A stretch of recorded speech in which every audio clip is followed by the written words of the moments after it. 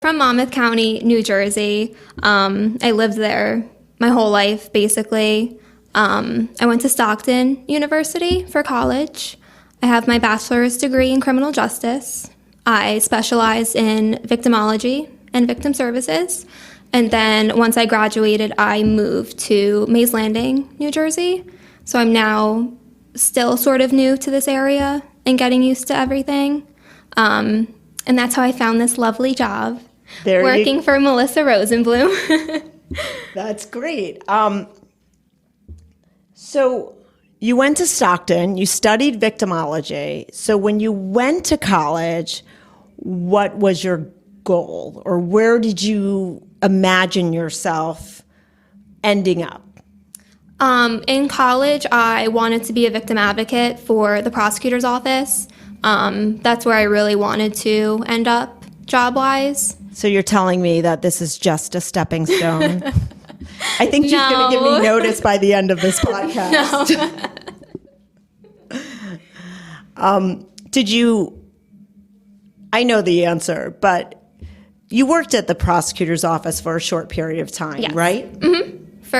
It was about 2 months, only because of COVID. I wasn't able to stay for the full semester I was supposed to be there for. And was that part of your college experience? Yes, I had to do it for my internship, and I received credit as a class. And were you there in working with the victim advocates, or were you working with detectives? What was your job? You were at the Atlantic County Prosecutor's Office, correct? Yes. And who were you working with directly? So I was not in the victim witness unit. I was actually in the major crimes unit. So I primarily worked with detectives. Okay. And did you like your internship there? I did. I loved it, actually. And so you thought, I'm totally going to end up working at a prosecutor's Yes, office, right? that's exactly what I thought. I feel like I might have burst your dreams in some way, but we're going to get there. You also worked for the General Atlantic County Superior Court volunteering, right? Yes. And when you volunteered during that program, what was your job, or what did you do? So I helped out one of the administrative assistants in the office. I did a lot of clerical work, printing, copying, just doing a lot of help within that office. But I did also serve on the juvenile conference committee as a volunteer as well. Okay. And did you like all your experiences with the court? I did. Okay. So aside from the fact that I hired you, and that's how you ended up at the law offices of Melissa Rosenblum, how did you end up being a defense attorney's paralegal? I don't really know how I ended up doing it. Honestly, when I graduated college, it was very hard to find a job post-grad because I did graduate in 2020. And it was that was in the height of It was pandemic. the height of COVID. All of the prosecutors' offices, the courts, state and federal jobs, they were experiencing hiring freezes. So it was very difficult to find a job. But I did come across your job posting on Indeed. Just so we're clear, I say this in tongue-in-cheek. I mean, COVID is awful, and I don't ever want to make light of COVID. But thank goodness for COVID, because I am the beneficiary of you not being able to get the job of your dreams. Because I think in the end, you got the job of your dreams without even knowing. Yes. Okay, I'm going to believe that. I'm going to keep believing that. So, okay, so thanks to COVID, there was a hiring freeze everywhere in the world but my office. Mm-hmm. Yeah. Well, I had 2 other interviews prior to interviewing with you, but I ended up not getting those jobs. Goodness. And what were those jobs? So my first interview post-grad was for the United States Probation Office, which is the federal probation office, and it was for a probation technician. So I would be what I am to you now for a probation officer. So I would be their assistant. But it was a temporary position, not to exceed 1 year. So I think of it as a good thing that I didn't get it, because after a year I would have to look for another job. but it still would have been good experience in my opinion. So I didn't end up getting that job.